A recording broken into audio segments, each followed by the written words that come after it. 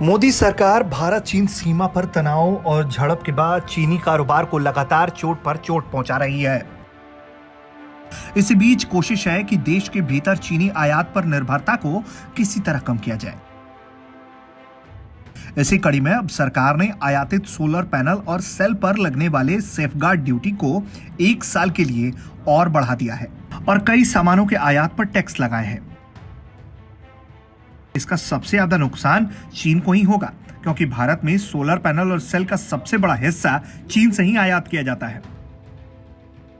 इसके अलावा सरकार ने इंडस्ट्रियल केमिकल बनाने में इस्तेमाल होने वाले प्रिंटिंग प्लेट्स और रॉ मटेरियल पर आयात पर ब्रेक लगा दिया है। यही नहीं, डिजिटल ऑफसेट प्रिंटिंग प्लेट्स और एनेनिल ऑयल पर भी आयात कर लगा दिया गया है। सरकार ने इसके पहले ऐलान किया था कि सोलर पैनल और सेल पर करीब 15% की सेफगार्ड ड्यूटी 29 जुलाई तक लगाई जाएगी। अब इसे 1 साल तक के लिए और बढ़ा दिया गया है। फाइनेंस मिनिस्ट्री द्वारा जारी अधिसूचना के मुताबिक पहले 6 महीने तक सोलर पैनल और सेल पर सेफगार्ड ड्यूटी 14.9% रहेगी। इसके बाद इसे थोड़ा घटाकर 14.5% किया जाएगा। चीन के अलावा वियतनाम और थाईलैंड से आने वाले सोलर आइटम पर भी सेफगार्ड ड्यूटी लगाई गई है। इसी तरह वियतनाम, ताइवान, दक्षिण कोरिया और जापान से आने वाले डिजिटल ऑफसेट प्रिंटिंग प्लेट पर भी एंटी डंपिंग ड्यूटी लगाई गई है। इस बार रक्षाबंधन के त्योहार पर भी बहनें भारतीय राखी का इस्तेमाल करते हुए चीन को लगभग 4,000 करोड़ रुपए के व्यापार का घाटा पहुंचाएंगी।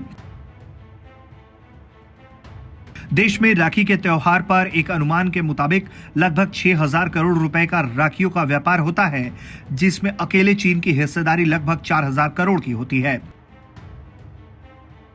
राखी पर चीन से जहां बनी हुई राखियां आती हैं, वहीं दूसरी ओर राखी बनाने का सामान जैसे फोम, कागज की पन्नी, राखी धागा, मोती, बूंदे, राखी के ऊपर लगने वाला सजावटी सामान भी चीन से आयात होता है।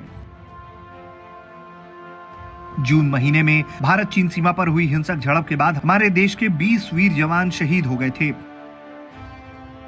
इसके बाद से दोनों देशों के रिश्तों में तनाव है। भारत सरकार चीन को लगातार आर्थिक और कारोबारी झटके दे रही है। इससे पहले सरकार ने रंगीन टेलीविजन सेट के आयात पर भी बैन लगाया है। ब्यूरो रिपोर्ट, भारत तक।